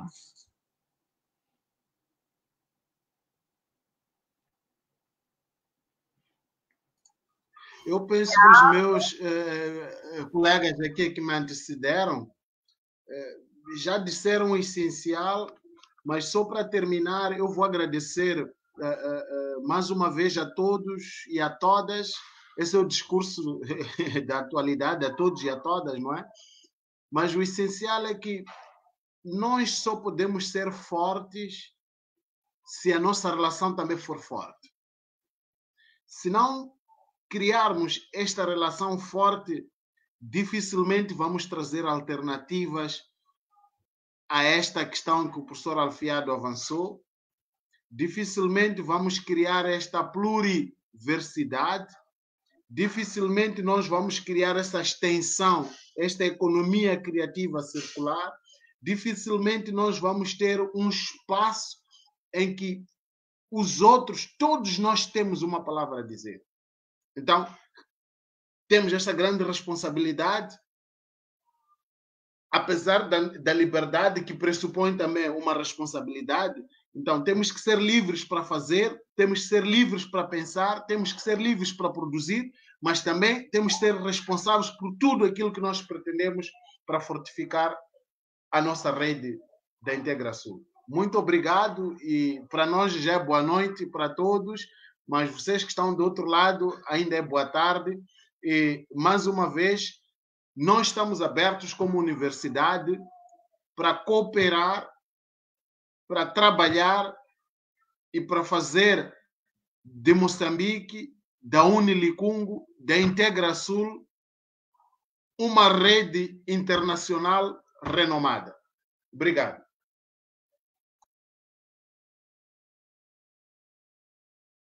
Muito obrigada, Tiago. Sempre muito encorajadora as suas palavras, e mais do que as palavras, tudo que nas ações, no cotidiano, a gente vem construindo juntos. Mais uma vez, agradecer a Unilicungo, que é uma universidade que está celebrando um termo de cooperação com a UFPA, que o reitor Boaventura Aleixo tem prestigiado muito as ações de cooperação, e aí triangulando com a UniCV, triangulando, por outro lado, com a Unilab, e a gente fazendo essa roda da cooperação girar. Muito obrigada. Francinei? Problema com a minha internet aqui, os problemas tecnológicos, né? Mas está tudo bem, então eu também agradeço, né, as contribuições de todos, né, ao Odair, nossa, fenomenal, fantástico. Sempre que a gente escuta ele é uma aula, né? Então a gente fica feliz pela presença.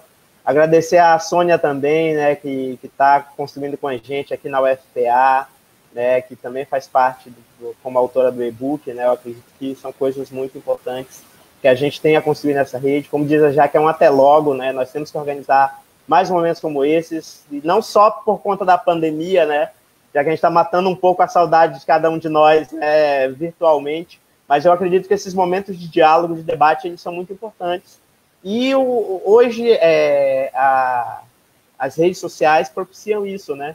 Então, tínhamos colegas em Belém, em Moçambique, Cabo Verde, todos ao mesmo tempo e todo mundo dialogando, né? Trazendo coisas importantes para a gente debater e para a gente pensar nos próximos passos, inclusive, da nossa rede IntegraSul, né, Jaque? Eu acho que coisas muito interessantes. Outros momentos para debate seriam importantes a gente comentar depois.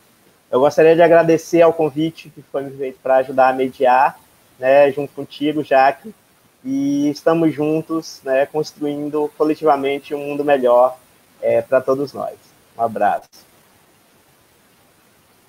Obrigada, Francinei. Obrigada por quem acompanhou a gente até aqui. Vai ficar a memória, vai ser disponibilizado no YouTube e no perfil do Face da associação e de todas as redes que quiserem disponibilizar o arquivo. E a gente quer agradecer toda a gente a partir de um poema do Mário Benedetti, que foi um grande ativista sul-africano a partir do Uruguai, atuou bastante no combate, desde a sua infância, com seu pai, no combate ao nazismo e tantas formas autoritárias que a América Latina, a África e que tantos países do sul global viveram. E o poeta nos diz, por que cantamos? E antes do poeta, mais uma vez, nossa gratidão ao Moacir do INEAF, nosso suporte técnico aqui, que está acompanhando a gente desde as 13 horas do Brasil,